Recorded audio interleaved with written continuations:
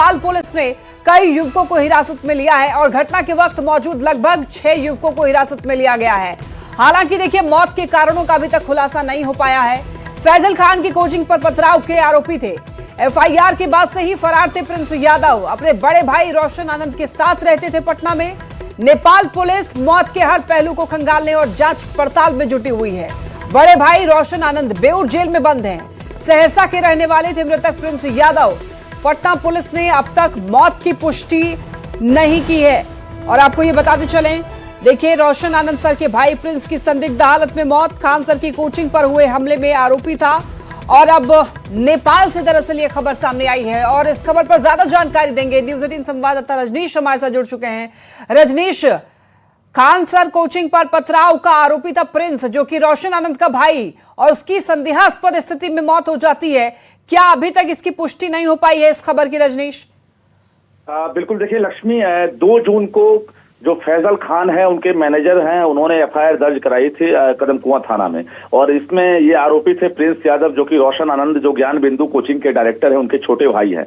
और उस वक्त से पुलिस ने कई को हिरासत में लिया, गिरफ्तारी हुई, लेकिन रोशन आनंद के छोटे भाई जो हैं ये फरार थे और बताया जा रहा था कि ये नेपाल में थे। और आज सूचना मिल रही है कि देर रात जो है रोशन आनंद के भाई जो हैं प्रिंस यादव, उनकी संदेहास्पद मौत हो गई है। और उसके बाद नेपाल पुलिस जो है डेड बॉडी को कब्जे में लेकर होटल से और उसके बाद लगातार जांच पड़ताल में जुटी हुई है। साथ में कहा जा रहा है 6-7 युवक थे, उनको हिरासत में लिया गया और सख्ती से पूछताछ चल रही है। हालांकि हत्या या मौत, ये दोनों एंगलों पर जो है पुलिस लगातार जांच पड़ताल कर रही है कि आखिर ये हत्या है या मौत है। लेकिन फिलहाल कहा जाए हड़कंप मच गया है। जैसे ही जानकारी मिली है ज्ञान बिंदु के तमाम कर्मियों को, शिक्षकों को, स्टाफ को, उसके हड़कंप मच गया है। और कहा जा रहा है कि जिस प्रकार से पूरे विवाद में जो फैजल खान है या रोशन आनंद है, उसको लेकर पुलिस अब तक जांच पड़ताल में जुटी हुई है। फायरिंग के बाद जो है गिरफ्तारी का एक तरफ इंतजार हो रहा है। फैजल खान की गिरफ्तारी पर कोर्ट ने स्टे लगा दिया। रोशन आनंद गिरफ्तार होकर बेऊर जेल चले गए। इस वक्त बड़ी मुसीबत आ गई है रोशन आनंद के लिए, क्योंकि वो जेल में बंद है और छोटे भाई जो एक सहारा थे पटना ज्ञान बिंदु कोचिंग के, अब वो भी नहीं रहे। हालांकि पटना पुलिस के वरीय अधिकारी से हमने संपर्क करने की कोशिश की है।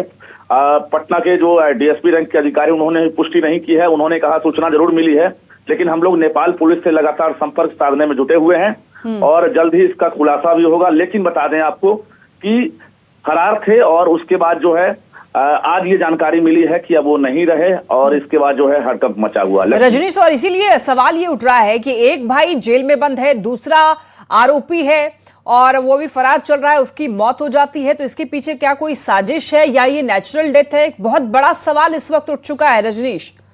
देखिए, मॉडस ऑपरेंडी जो है ये कहीं ना कहीं कई सवाल खड़े कर रहे हैं, क्योंकि घटना के बहुत दिन नहीं हुए। इसी महीने में फायरिंग की घटना हो या पथराव की घटना हो, दोनों तरफ से जो है कार्रवाई की गई है, यानी एफआईआर दर्ज कराए गए हैं। पुलिसिया कार्रवाई भी जारी है। इस बीच उनके गिरफ्तारी के लिए पुलिस ने टीम बनाई थी, जो एक तरह से प्रिंस यादव हैं, लेकिन वो नेपाल में थे और आज उनके मौत की खबर आ रही है। तो कहीं ना कहीं पूरे मामले पर गुत्थी सुलझाने में पुलिस जुटी हुई है। बड़ी चुनौती होगी पुलिस के लिए कि आखिर ये हत्या है या मौत है। इसमें अब बिहार पुलिस और नेपाल पुलिस जो है एक दूसरे से अब संपर्क कर रही है और उसके बाद जो ये खुलासा हो पाएगा कि आखिर ये हत्या है या मौत है। और इसमें कोई साजिश अगर होगी तो निश्चित रूप से इसका पटाक्षेप भी होगा। लेकिन क्या बिहार पुलिस की तरफ से इस मामले पर संज्ञान लिया गया रजनीश अभी तक?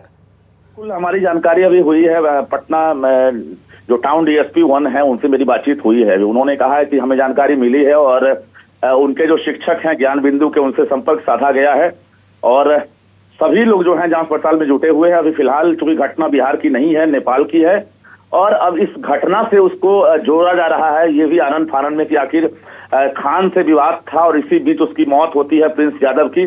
तो निश्चित रूप से पुलिस जो है हर एंगल से अब जांच करेगी और इसमें नेपाल पुलिस और बिहार पुलिस का कोऑर्डिनेशन बना रहेगा। और उसके बाद जो है ये कहीं ना कहीं अब परिजनों के बयान या जो ज्ञान बिंदु के संचालक हैं रोशन आनंद या उनके जो शिक्षक हैं, उनके बयान के बाद ही पुलिस जो है आगे स्टेप लेगी। लेकिन फिलहाल ये मामला तूल पकड़ लिया है कि अब उनके भाई की इस दौरान मौत हो गई है। लक्ष्मी और रजनीश, नेपाल पुलिस ने कई लोगों को हिरासत में लिया है, लगभग 6 से 7। तो क्या ये इनके जानने में थे प्रिंस यादव के, या फिर कोई आसपास होटल के लोग थे, नेपाल के ही लोग थे? देखिए, जानकारी ये मिली है कि जो फॉरेंसिक है या एफएसएल की टीम है वो भी उस होटल में पहुंच रही है और उसके बाद जो है के 7 लोग जो उनके साथ थे प्रिंस यादव के साथ, उनको फिलहाल हिरासत में ले लिया गया है। जिन्होंने पुलिस को सूचना दी थी या नहीं दी थी, उस एंगल से जांच की जा रही है। ये इनके साथ क्यों रुके थे, इस एंगल से जांच हो रही है।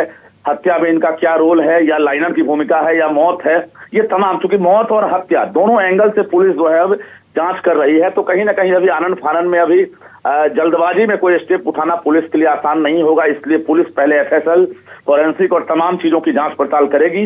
हालांकि बिहार पुलिस का सहयोग अब नेपाल पुलिस को चाहिए और नेपाल का सहयोग बिहार पुलिस को चाहिए, तब जाकर ये हत्या या मौत की गुत्थी जो है सुलझ सकेगी। लक्ष्मी, और इस वक्त जाहिर तौर पर रोशन आनंद के घर में उनके परिवार पर ये कह सकते हैं कि बहुत बड़ा पहाड़ टूटा होगा रजनीश, क्योंकि एक बेटा जेल में, दूसरे बेटे की मौत हो गई है।